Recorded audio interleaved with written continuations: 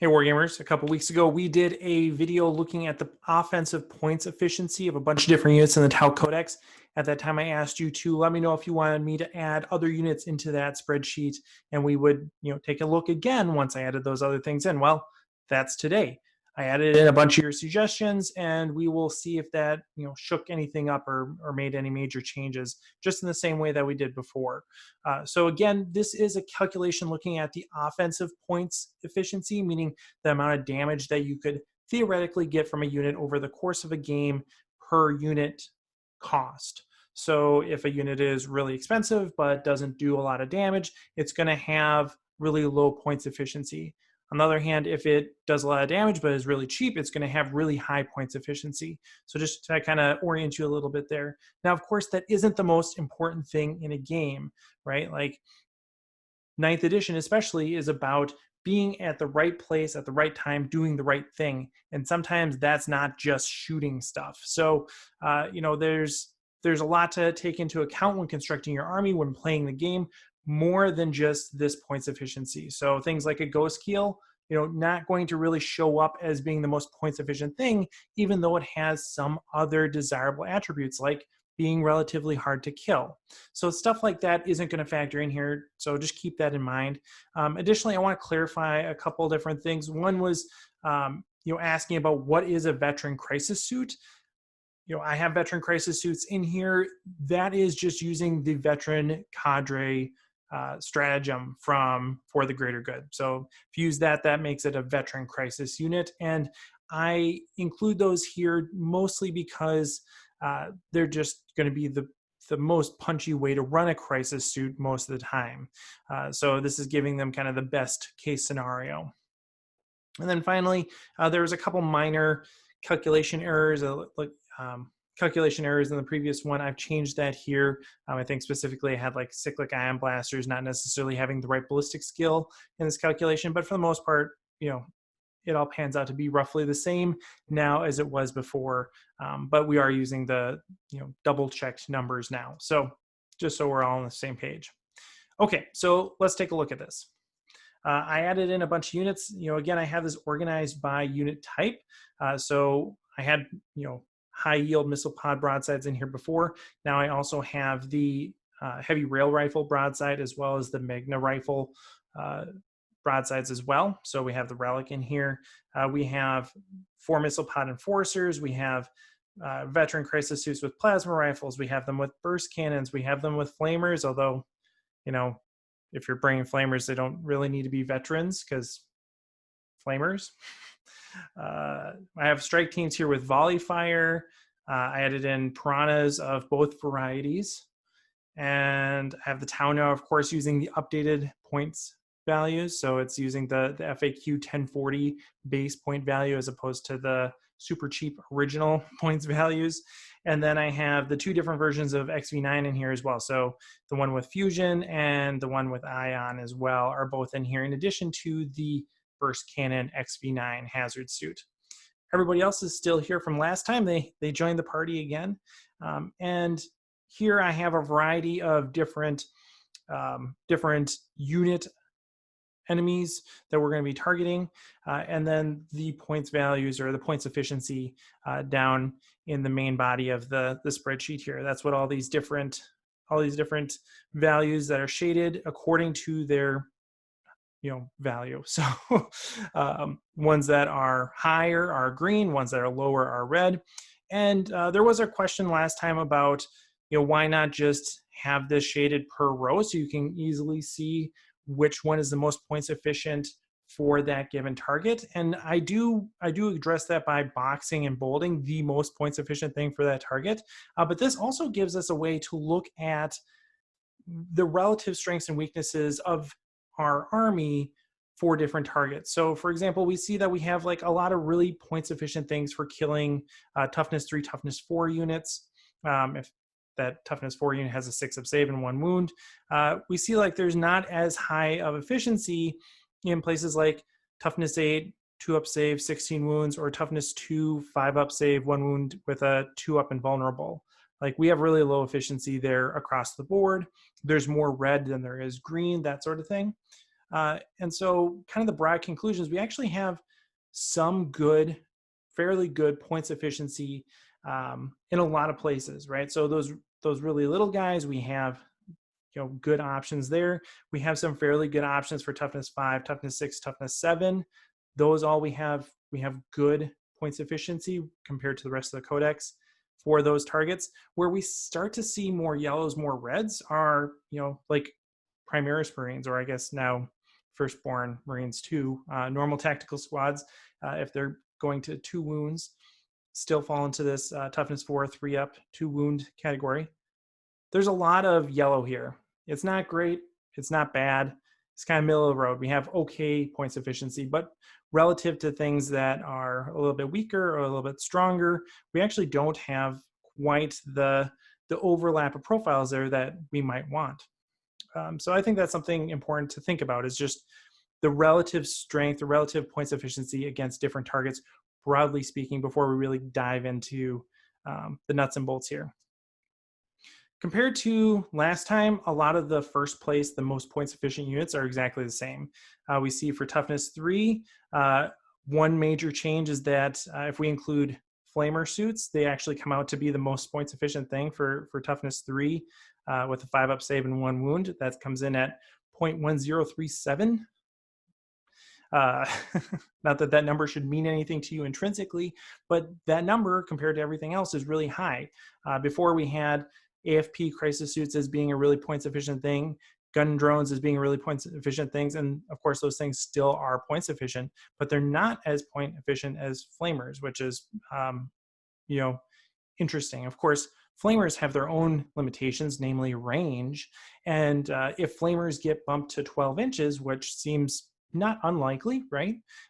That actually makes this even more viable. So an interesting little bit of information there. Toughness 4, we still have gun drones with the drone controller being really points efficient. Breacher teams coming in after that. Then for toughness 4, what do we have? We have the heavy burst cannon Riptide. We have the fusion blaster crisis suits having actually a pretty big footprint in this spreadsheet when they're at half range. Toughness 8, the most efficient things are the relic Riptide. Then once we get into invulnerable save categories, we have the flamer suit, again, being really points efficient for the little guys. Then jumping down to the heavy burst cannon Riptide again. Back up here, we get to the cyclic ion crisis suit, and then back down to the relic Riptide. So not a lot, the only thing that was different there compared to the previous video was the flamer suits for those little guys. But let's take a look at the sorted list here. I'm going to again break it down into different cohorts of targets, and we'll see what kind of our options are, right? You don't always take the most points efficient thing for the reasons that we just talked about at the beginning of the video. You want to, you certainly want to have the most points efficient thing all else equal, but there's more that comes into play. So having an idea of what our options are for things that are points efficient offensively, as well as give us other tactical options, is valuable. So if we look at infantry, if we look at light infantry generally speaking, we see that heavy burst cannon Riptides, again, the most points efficient thing for taking out like a Marine. And then we have cyclic ion blaster crisis suits with a advanced targeting system. We have them with just 3 cyclic ion blasters, a breacher team at close range, cyclic ion blaster enforcer, gun drones, and then fusion blaster crisis suits. So again, those are all the same as last time. I think the cyclic ion blaster position changed a little bit because of that calculation error in the first video, but still, those are the types of things you want to take for taking out infantry, all else equal again. Once we look at heavier infantry, toughness 5, toughness 6 things, again, 3 fusion blaster crisis suits, the relic Riptide with the big ion accelerator. What is that? The augmented ion accelerator or something like that, with advanced targeting system. And then I gave him a counter fire defense system as well, just as kind of like a placeholder points cost. Trip Cyclic Ion Blaster, Crisis Suit, 2 Cyclic Ion Blaster with Advanced Targeting System Crisis Suit, 3 Fusion Blaster Crisis Suit, 4 Fusion Blaster Cold Star, 3 Cyclic, and a ATS Enforcer. The Ivara shows up here, right? So the Ivara is one of those things where, you know, you have decent points efficiency in this range. You really want to consider all the other things that go along with the Ivara, right?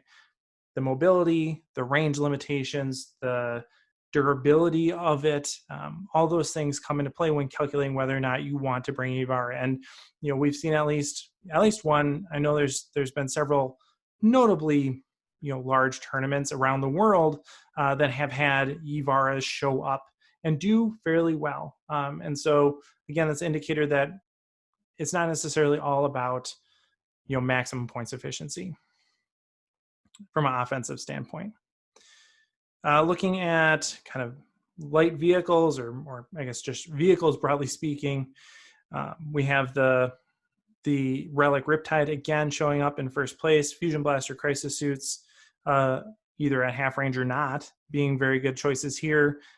Fusion Blaster Cold Star, the Relic Ghost Keel, Ion Accelerator Riptide, and finally we have Magna Rail Rifles, Broadsides showing up here as well. So again, you know, not right. So these are at 0.03 relative to 0.07. It's called 0.08 for the Relic Riptide. So you're getting less than half the points efficiency for a Magna Rail Rifle versus the Relic Riptide. One of the things that's really valuable about the Magna Rifle, though, is its reliability. Being able to convert those poor damage rolls into threes helps out a lot, and doesn't necessarily come out as well in this type of average calculation that doesn't account for variability, right? This is only considering means, averages, not considering variance. And so having that dependability of the Magna Rail Rifle is something to consider as well. Moving on to our invulnerable save targets. Again, last time I clumped these little invulnerable save guys all together. This time I split them up to give us a little bit more resolution. This is where the Trip Flamers show up again as being a very strong choice. Then we have AFP, Crisis Suits, Gun Drones. Strike teams with Volley Fire are, again, very points efficient here. Still notably less points efficient than Gun Drones. Gun Drones are very points efficient. I don't really understand why Gun Drones didn't get a point increase. I mean, you would think that they would, but not that I'm going to advocate that they should, but like Gun Drone spam, that, yeah. So moving on. Crute actually show up as being a fairly decent choice when targeting toughness 3 with a 6++, and no armor save. Then burst crisis suits, breacher teams, gun drones. Again, when we look at toughness 4, toughness 5 things within vulnerable save, we have the heavy burst cannon Riptide, cyclic ion blaster crisis, breacher teams, cyclic ion ATS crisis, missile pod crisis, 3 cyclic ion blaster enforcer suits, breacher teams. A lot of the same players that we've been talking about. And then when we get to the big guys within vulnerable saves, yeah, the Relic Riptide again, Fusion Blaster Crisis, Cyclic Crisis, of varying varieties.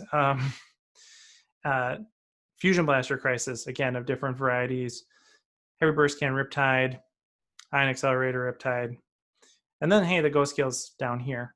I think he's at the bottom of a few of these, you know, top zones that we've been talking about. But yeah. Yeah, so, you know, not a lot different than what we talked about, but enough changes that I thought it was worth at least, you know, showing you, and certainly showing you the comparisons, showing you that, yeah, plasma rifle crisis suits really aren't worth it, at least on paper, right? So yeah, unfortunately, you know, I really wish the plasma rifle did something. I'll do a video here coming up about how I think stat profiles might change. You know, we've seen a lot about Necron weapon Necron weapons and Imperium weapons changing with the new edition. Soon to come changes in those various profiles that presumably will also take place for other codices as they're released. So things like plasma rifle, who knows? Maybe we'll get a little extra range on it. Maybe we'll have it damage 2. That'd be nice. That would really shake up these calculations.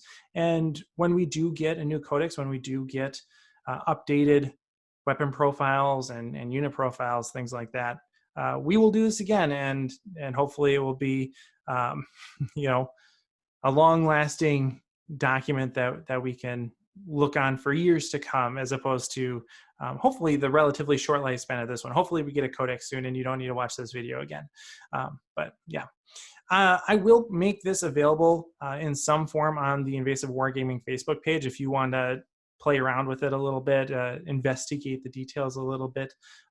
I want to welcome you to do that. Certainly if you notice errors, let me know, because just like you, I want the best information that I can have. So if I made a mistake here, please let me know. All the points values were calculated by hand, and mistakes happen.